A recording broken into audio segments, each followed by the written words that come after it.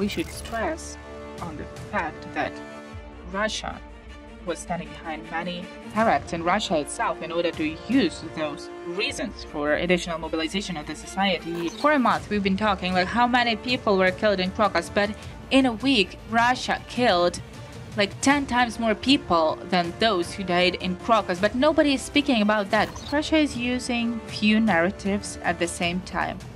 For the West, they are using the narrative that Russia is a victim of terror, and inside of the country, they are using the narrative that Ukraine is guilty. Le 22 mars 2024 et une semaine après la soi-disant réélection de Vladimir Poutine à la présidence russe pour les 6 prochaines années, jusqu'à 2030, une attaque terroriste a eu lieu dans l'hôtel de ville de Crocus. Donc cet acte terroriste a été ouvertement revendiqué par le groupe extrémiste de l'État islamique, mais cette version a été démentie par le Kremlin. Dans l'épisode d'aujourd'hui, nous allons discuter s'il s'agit d'une provocation délibérée de la part du Kremlin ou bien de la dégradation de services de sécurité russes, et nous allons également explorer comment nous pouvons empêcher le Kremlin de jouer la carte de la victime de terrorisme. Si vous souhaitez en savoir plus, continuez à regarder cette vidéo et n'oubliez pas à vous abonner à notre chaîne YouTube pour ne pas manquer nos vidéos à venir.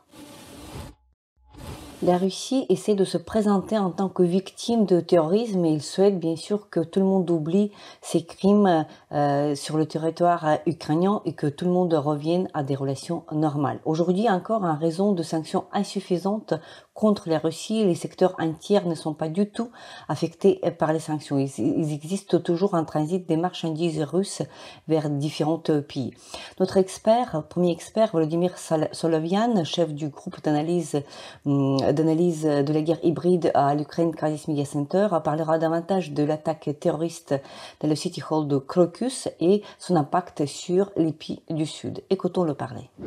So I would like to separately stop on this aspect of impact of Russia and the global South countries on the example of the recent terror in Crocus Hall, and the attempt of Russia to use this is the appeal to the threat of world terrorism, which is really relevant for the most societies. Therefore, we can see how Russia, like in this example as well, they are using their old tactics.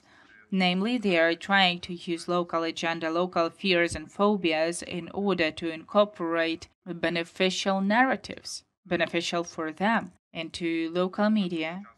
And also very often Russia is using the widely spread in local societies like theories of like hidden agreements. And if we analyze the terror in Crocus City Hall, here Russia is trying to make a parallel with the terroristic organizations and hypothetical impact of the USA, that they are ruling these organizations. And here it's like the signed equal. And we need to stress on that as one of the most significant threats in perception by the global South countries, how they perceive Ukraine, who is coping with Russian aggression. And here Ukraine should work actively in the informational field.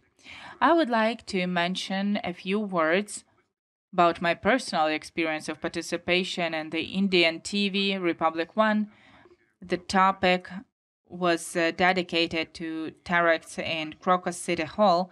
And what I should mention is that even local journalists, even local experts, they are trying to show parallels with terroristic activities of Al-Qaeda, and in particular Indian experts, they were comparing the terrorist with the attack of fighters in 2008 in India, Mumbai, the well-known terrorists, and thus local audience, wide user of this TV channel, they are introducing the thought that Ukraine is acting similarly to that historical kind of opponent of India's Pakistan. So in wide audience, they are presenting like the thought that Ukraine is, so to say, the proxy power of the USA, of America, and they are kind of making it equal Ukraine and terroristic organizations. This is what Russia is trying to achieve in their information activity. And special attention, of course, we should pay to India, to African countries, because here, for Ukrainian expert environment, there's bigger space for operating, taking into account the smaller language barrier, more access to local media. So we should stress on the fact that Russia was standing behind many terror acts in Russia itself in order to use those reasons for additional mobilization of the society.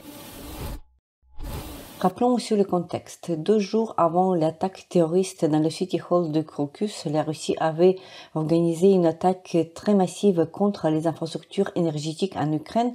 Et dans cette attaque, justement, la station hydroélectrique de Dnipro a été touchée, tout aussi comme l'explosion du barrage de Kakhovka 6 mois plus tôt, qui avait fait des dégâts écologiques extraordinaires dans le sud de l'Ukraine. Notre prochain invité, Mykola Davidiuk, directeur de Policy Center et aussi l'auteur du livre Comment fonctionne la propagande russe, partagera ses réflexions sur la manière dont l'Ukraine devrait agir dans les situations comme celle-ci. Écoutons-le exposer ses arguments. I will tell you what we have to do in Ukraine. We have to be present. We have to bring our truth to these countries of global south. Yes, we will have problems with the West in the future, in any case, for sure. But now this is very catastrophic, thin territory. It's like we should be present in media. We should let our deputies to go and to talk. That is the global south. We need to tell the truth there, because from presence in media, like there is sense in that. And these are political solutions. That is the first. Secondly, we should invite them more often here.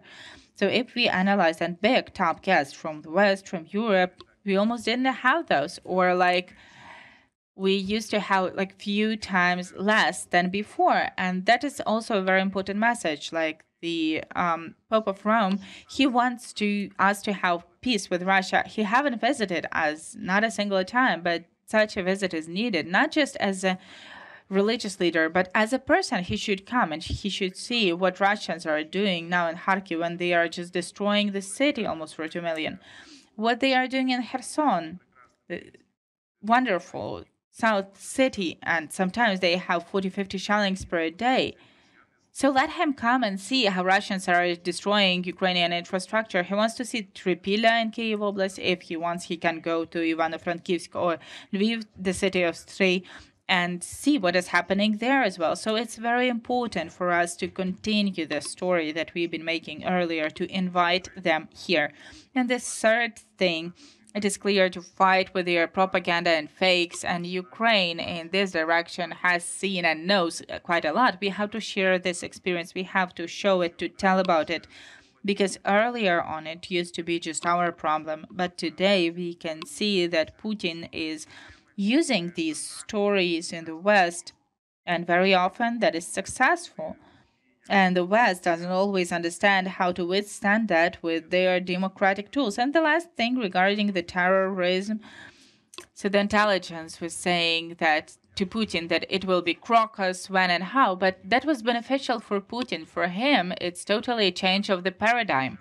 He is a victim right now. The victim, like, you should feel sympathy to the victim, and they are trying to manipulate with that. We need to play with this message. We need to show what Russians are doing here more, because just in a week, like for a month, we've been talking like how many people were killed in Crocus, but in a week, Russia killed like 10 times more people than those who died in Crocus. But nobody is speaking about that, because very often, and it's a challenge for us and Western politicians, our diplomats, etc., very often we are taken to the level of statistics. Like, okay, 100 people died in Ukraine today. What can we do with that? It's statistics. But in Russia, terrorism, fresh topic.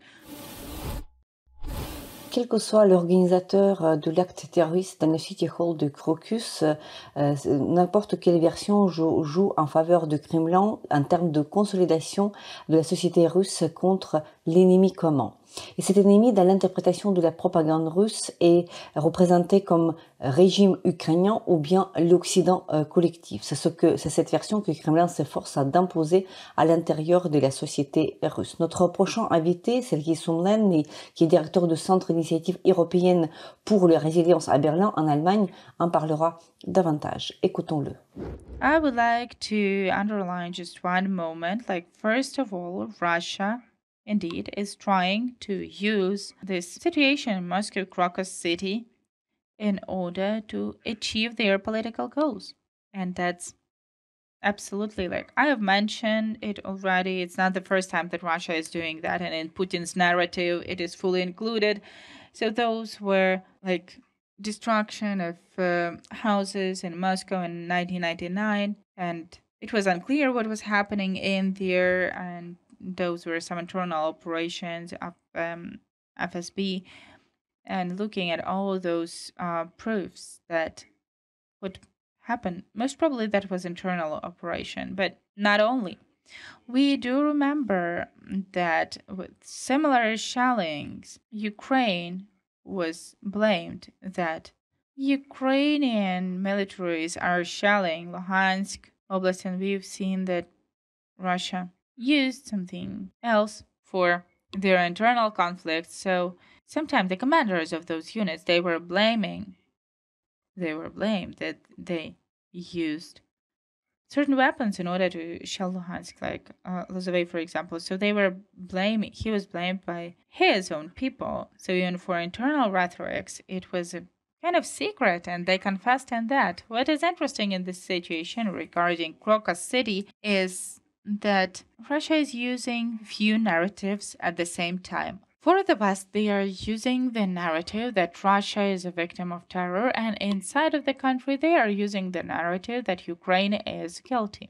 And inside, actually, this narrative of terror, it's working, and actually it came to, so to say, good place, because we can see that now in Russia they have the increased number of attacks on people who have the so-called like more dark hair, more dark skin, some characteristic features, and we see that Russians, they are pretty radical, and they demand to exclude all the non-Russians from Russia.